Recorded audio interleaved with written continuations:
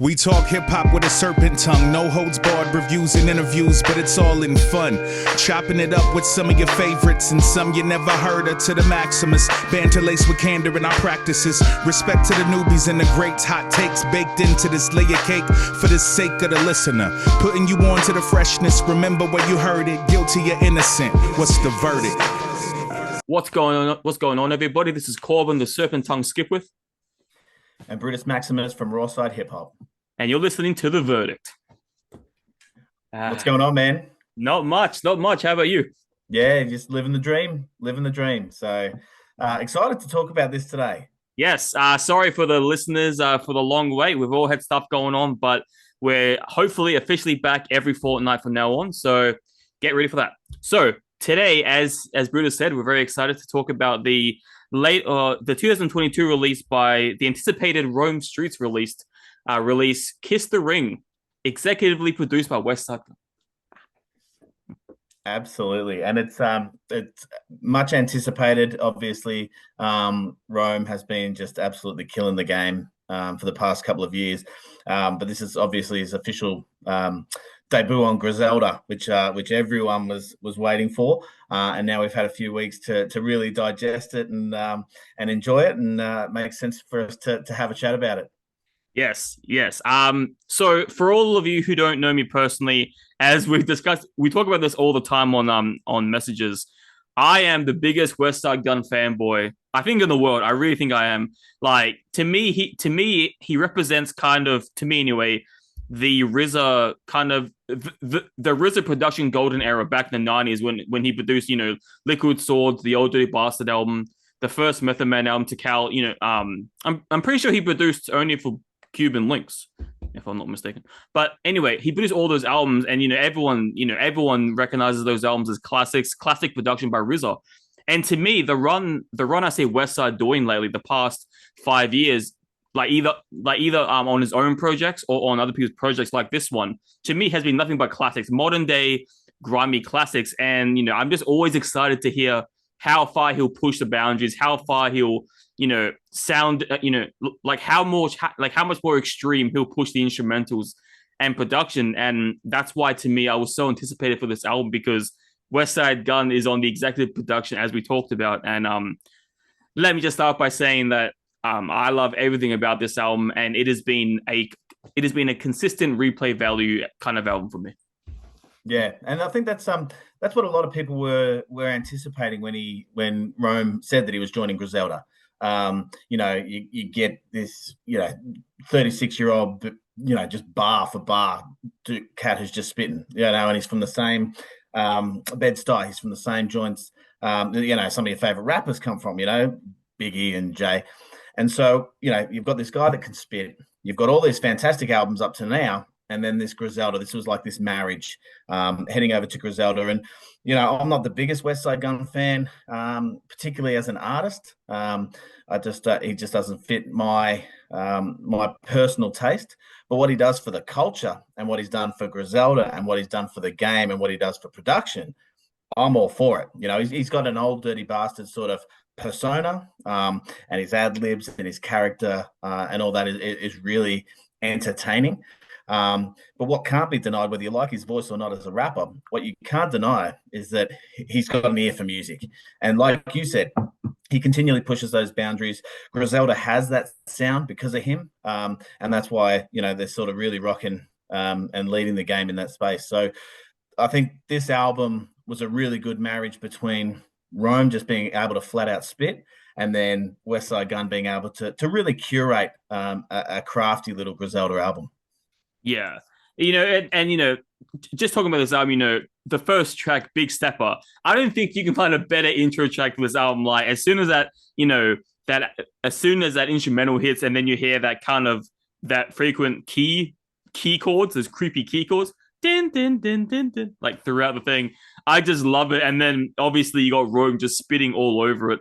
I mean, to me, I don't think Westside is, to me, this isn't the most extreme production Westside's ever done, but I think that fits Rome Streetz, because I feel like, had he have indulged people like me, the fanboys of Westside, and done the most extreme thing ever, it maybe would have kind of drowned out Rome in a bit. If because people will be talking about insane, like how extreme the production is, and not about Rome's lyricism, Rome's flow. So I think, I think as you pointed out, this is a good balance because it has boundary pushing production and style, but it's not so boundary pushing that you're normally hear in a West Side project, his own projects, because I think he realizes that his Rome has to shine on this album. Above all else, Rome has to shine, but also given the Griselda flavor. So it's like, I really do feel like West Side was smart about this. I mean, obviously there are a few tracks that kind of push it. Like for me, track 8, the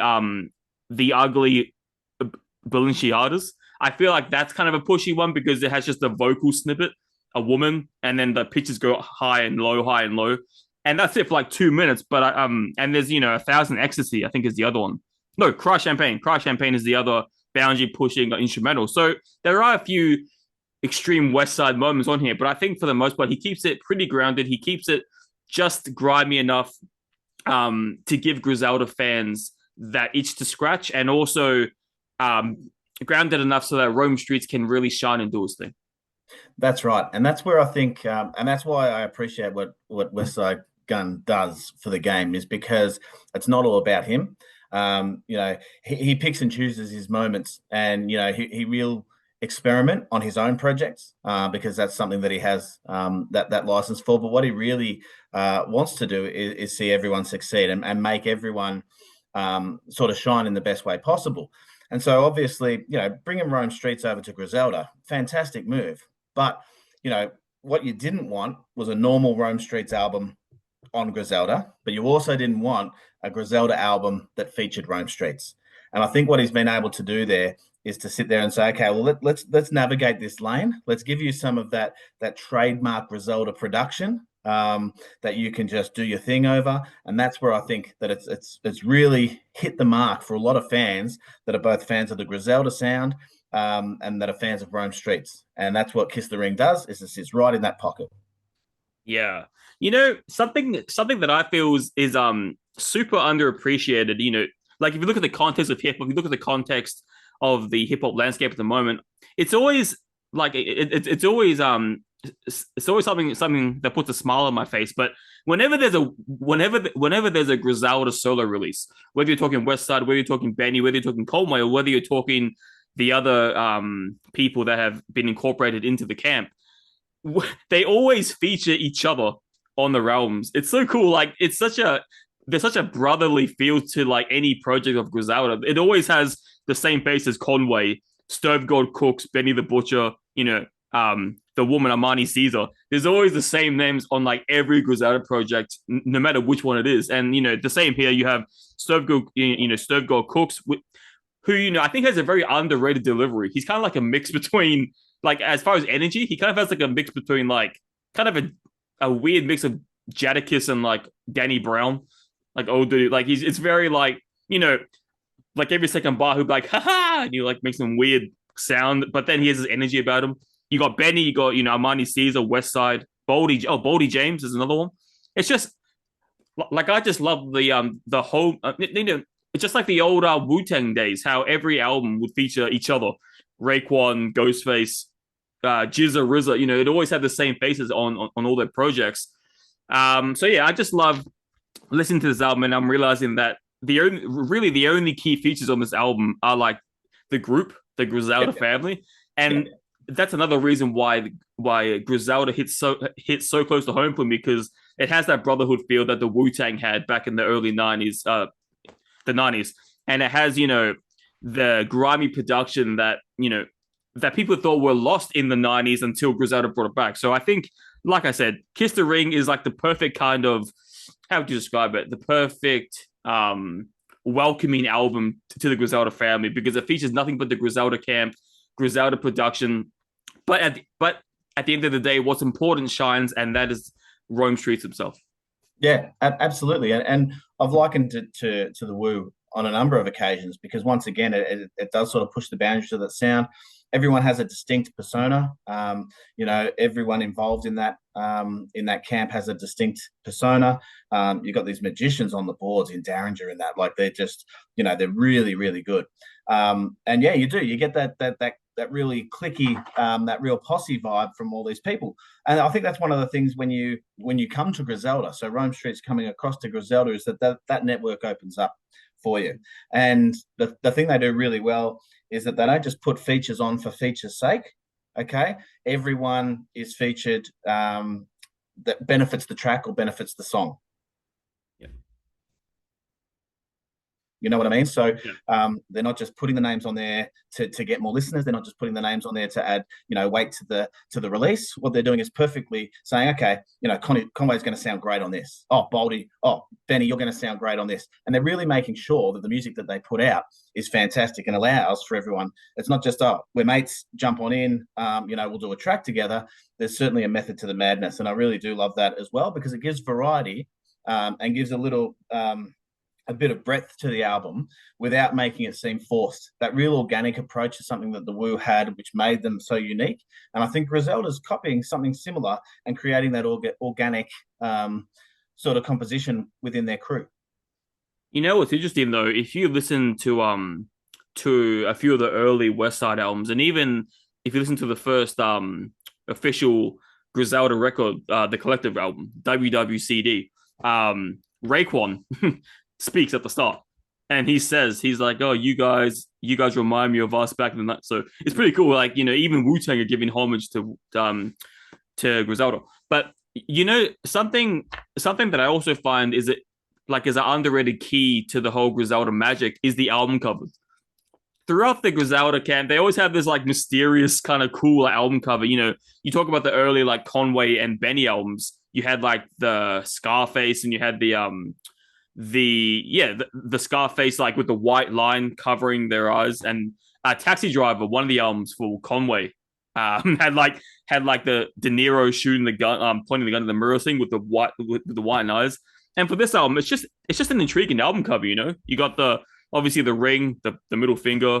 You can't see the eyes are cut off, and the white teeth, the crazy teeth. And I just think that album cover generated.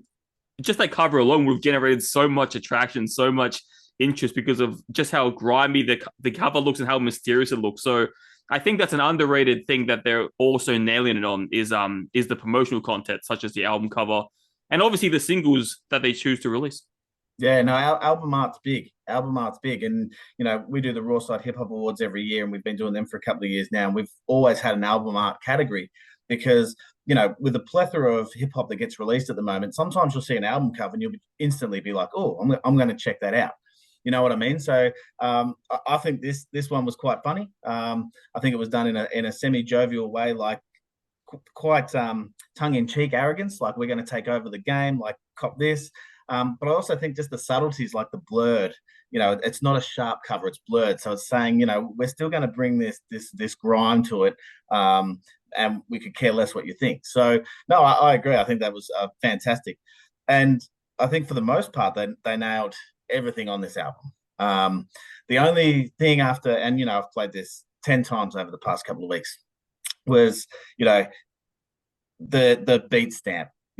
We've spoken about it, and I love where it came from. I love the origin, and I'm sure anyone listening has peeped on YouTube where the conductor comes from. But probably a little overdone by about the 10th listen for me. But again, it's trademark Griselda. Those ad libs, those wacky little moments, that's exactly them. It's probably the only thing I'd change on the album, though. That's funny. I was just about to segue into how you felt about that thing, but it's weird. Until I started hearing it on Griselda, I always, for some reason, I always associated that soundbite with Madlib. Yeah, right. No, because I heard that conductor with a problem bit on a few of his albums, so I always thought it was his. Yeah, no, it's interesting, and like I said, for the first part, it was funny, and it was really cool, and it served a purpose. But yeah, it's just when I look at something from a replay value point of view, if I could, it's like skits on an album. Sometimes skits are really good and they hold an album together and whatever else. But when you play it 10 times, you probably move on from the skits and you just pick the music out, unless it's a concept album that's done really well. And for me, yeah, this is just one little bugbear that I just can't take out. It takes away from the album a little bit for me, but not enough to sort of turn me off listening. Yeah, no, that's fair enough. Yeah, I mean, look, this is what a 17 track album, but to me it just flies. You have some albums that are shorter than that just drag on, and I guess I guess it helps that a lot of the songs are 2 minutes long. Some of them hitting 3 minute mark and over. But I don't know why. Like every time I've listened to this album, and I've listened to it so many times for my own personal replay value, and it always flies by. I'll be catching a bus or I'll be doing something, and then by the end of it, I'm like, oh shit, it's over already. So, you know, I feel like there's a kind of magic in having an album flow so seamlessly and not feel like it's dragging. And obviously, like you, there are many people who have joked and memed about the whole conductor soundbite, and like obviously noticing that because I'm pretty sure there's one specific moment at the end of one of the songs, I forgot which one, where that soundbite goes for like 20 seconds. Yeah. And obviously you're going to notice that. But I think for the most part, yeah, it's to me anyway, it's a high contender for album or for at least hip hop album of the year. And obviously there's been some fantastic releases, but I think as far as like Rome Streetz' verses, they're all on point. His wordplay was on point. He had so many great lines, and I love how like he'll incorporate the names of the song into the song chorus. So like track 4, it always gets me hyped when the chorus comes, and he's like, "What is it?" It's like "Wild Out like Soldier Boy," and it's just like I love it. And then Colmay goes into his thing. I don't know. It's just like I just feel like Rome Streetz is he's really in his element. Like I can imagine for some artists, especially transitioning to such a camp like Griselda, I can imagine it wouldn't be seamless for everyone. Obviously there are exceptions like Mark Homme and Rome Streetz who just who fit that style. But then obviously there are others who will be a bit hard to transition. But no, I think for all the anticipation, for all the build up, for all the wait for this album, once it was finally here, I think he really nailed it. I don't think there's a track on here where he really feels underwhelming. Maybe the only song for me would be Armed and Dangerous, but only because I feel like it's a weird R&B mashup. I don't really, but because it's weird because Armani Caesar released her latest album like the other day, and that was a perfect matchup blend of R&B and Griselda. But for this one track, I feel like it's like kind of a bit forced, kind of like a weird Ja Rule hit single back in the 2000s, but like it doesn't sound, it doesn't hit as it should. So it sounded a bit, and then the chorus was just a bit botchy for me. Like it didn't feel what is it? It's like love is a four-letter word like fuck, but I don't know, it just felt weird. It didn't flow seamlessly, and then the kind of transition between the two verses, because I mean there are other times where Armani Caesar and Westside had great connections on his solo projects, but I don't know. I think that is the one track that kind of stands out to me, not for the best of ways because it does feel a bit choppy, but besides that, I really don't think any other song is that lackluster to me. No, and I agree. And I totally agree. Outside of the beat stamp from the conductor, that was one track that I identified. I was like, probably could have been left out, or could have been, a bonus one, or just one of those B-side things that comes about, because it's not necessarily a bad track. I just think it's the only probably misstep in the curation of the album from Westside Gunn. And just going back to the songs, it's what they've been able to do is create an album that is good, right, in length and in everything. So you do get your 17 tracks. It is a really good time investment, not too long, so you get lots of replay value, not too short that you feel like, I kind of feel empty. I kind of feel like there was something more that should have been there. But when you break it down track by track, he does have a lot of 2 and 3 minute tracks. And that's the landscape of modern music, is that we're only going to get those 2 minute tracks. The third verse is basically dead, because it's palatable to people. So for those hip hop heads like us that want to just press play and listen to it all the way through, it's beautiful because, like you say, you can put it on, you can listen to it. It's a seamless listen. It's an easy listen. And all of a sudden it's over and you go again. Whereas people that just want to pick the tracks out that only have 2 or 3 minutes, that have those short attention spans, it's like, I want to hear what Rome's saying. You can pull any of those tracks out and listen to it as a standalone. And so again, I think that's something that gets quite underrated, is the ability to create an album like that, where you can pick the eyes out of it and it still sounds great, or you can put it together as a listening experience from start to finish and it blends perfectly. And I think they were able to do that. something that I've thought about since this album came out. It's like I wonder where Rome Streetz goes from here. Because obviously, I don't know, because it's like going forward, will he kind of? I wonder if he'll indulge completely into the Griselda vortex, kind of like Mark Homme did on Pray for Haiti. Will he go fully extreme with the production and let Westside just take him over, or will he stick to the more grounded style, or will he go? I mean, the options are endless, I'm very curious to see where he goes from here on out. As far as production, as far as stylistically, will he keep the same thing going as he did here, or or will he pull kind of like what similar to how Royce to 5'9", how he was signed to Shady, but he's doing his own stuff. He's doing P-Rhyme. He's expanding his thing elsewhere. I wonder if I wonder going forward how will we hear Rome Streetz? What kind of style will we hear him in? Is he just going to stick to the same formula? Which, look, if he does, look, it's not a bad album, and I wouldn't mind hearing similar blueprints from him, but it would be interesting to see if he can expand, if he can, push the bar even further, whether that be his rhymes, whether that be his lyricism, whether that be maybe a conceptual album in the future. I mean, what's his name did it? Boldy James attempted a conceptual album, the one after the Price of Tea in China. He tried that conceptual experimental album, which is a lot of hit and miss for some people. But my point being, I wonder, where do we go from here with Rome Streetz? Because I'll be honest, either way, whether he sticks to the same formula, I'll be happy. If he goes further into the Griselda vortex, of course I'll be happy. But even if he chooses to expand his sonic interests elsewhere, I think it'll be very interesting to see what we get from him moving forward. Yeah, absolutely. And I think if you've listened to the Noise Candy series, they're all very similar but very different. And I think that's another thing that Rome's able to do. In that case, he's obviously working with different producers and so forth. But, above all else, he's a lyricist, right? And he's a really top-tier lyricist. So that's always going to be a key component of what he does, is be able to spit bars. From there, his beat choice, and I really can't fault him for beat choice up until now either. And he's continually worked with producers that have got the best out of him. He's continually crafted albums that have a particular sound. And the Griselda one's no different. Like, we look at Griselda and we think, is he going to go down this path? Because, they're probably the biggest movement in the game right now. And certainly the biggest that Rome's worked with, having worked with a number of different producers over time.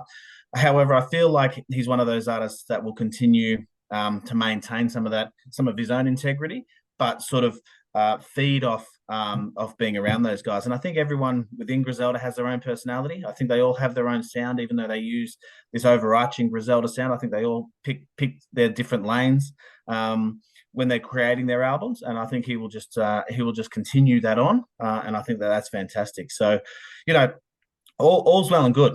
Whenever we get new Rome Streetz music, that's fantastic. And whatever it sounds like, he just doesn't miss with a lot of his projects. And I guess he's done what he's needed to do, and that's get on Griselda, because at the end of the day, we've got a lot of talented hip hop artists out there right now that are like Rome Streetz. That have that incredible bar work, that are putting in mad noise. They just don't have I guess the same machine behind them.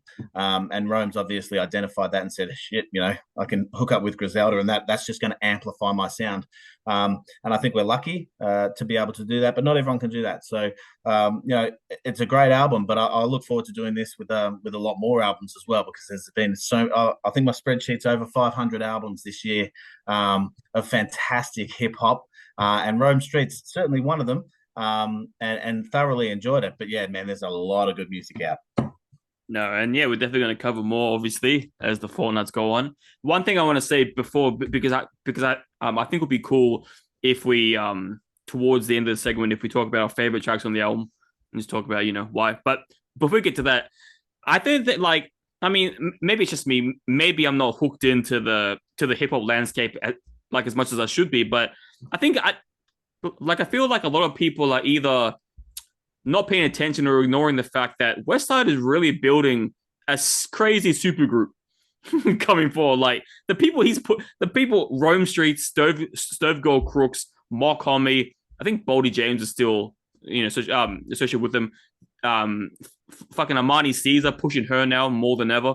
Like at this rate, he's really picking up. He's picking up some crazy talent, and in the future, if he keeps building the Griselda offspring the way he has, the branches, like spreading the branches to people like this, they're going to be like it's going to be obviously you have the founding fathers of Griselda, Benny Conway, Westside, and even Machine Gun who passed away, but it's just insane to me. Like I keep hearing these Griselda projects, and I'm like, oh shit, he's building an empire. They are building an empire, and with these new talent on board, the second and third generations of Griselda is just going to be unstoppable, more unstoppable maybe than the initial Griselda. So it's a scary thing to think about. I mean, in a good way, a scary good, like, oh shit, like they're going to take over the game in the coming decades to come, and representing the Griselda family. It's just an insane thing to think about.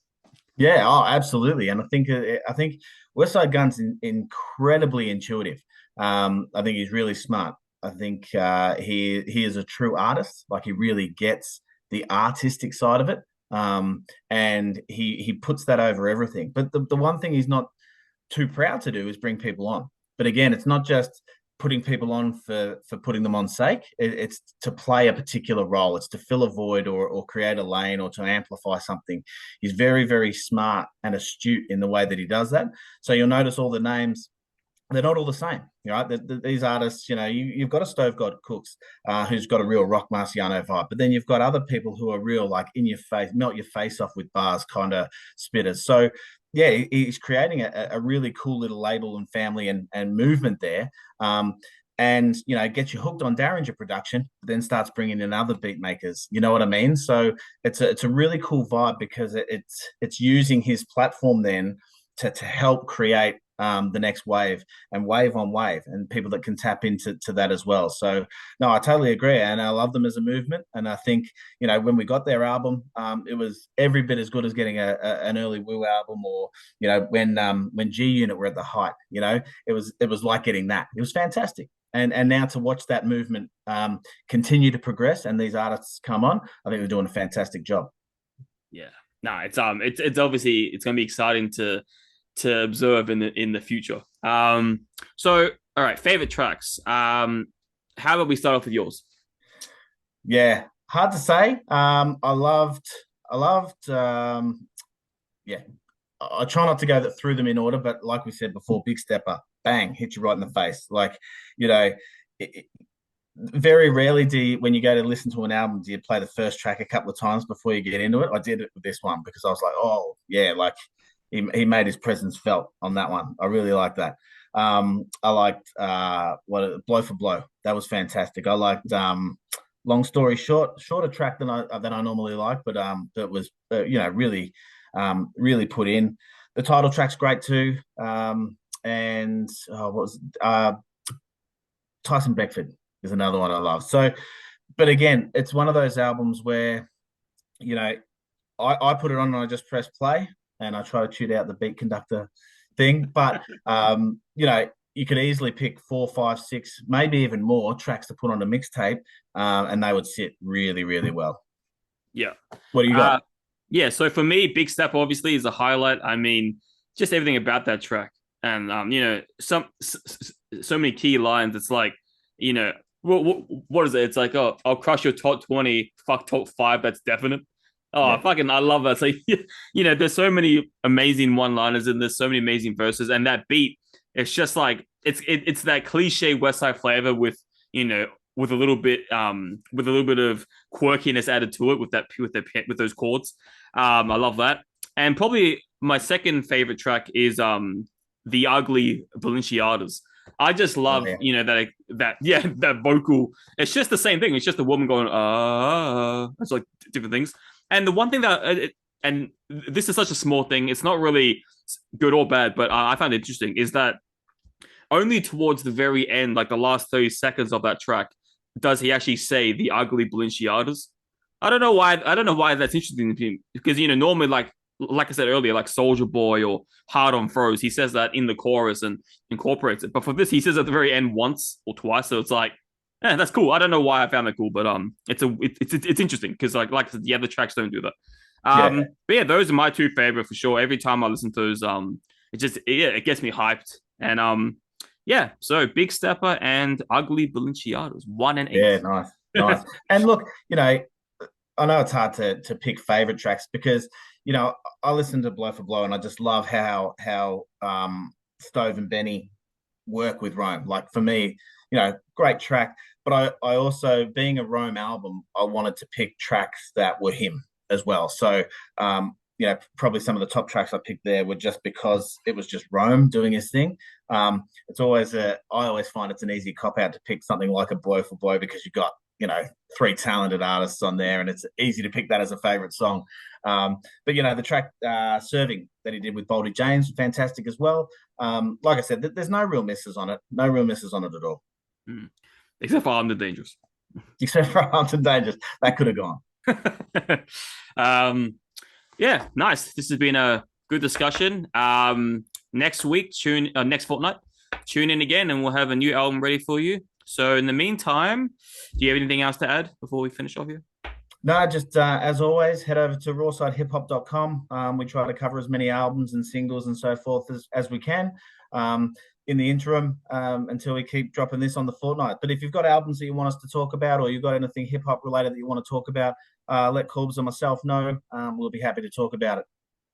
And if you happen to be a closeted metalhead that you're too ashamed to bring up because you're in a hip-hop circle, there's my podcast, the SAGAS Metal Podcast, drops every Wednesday, Australian time, midnight.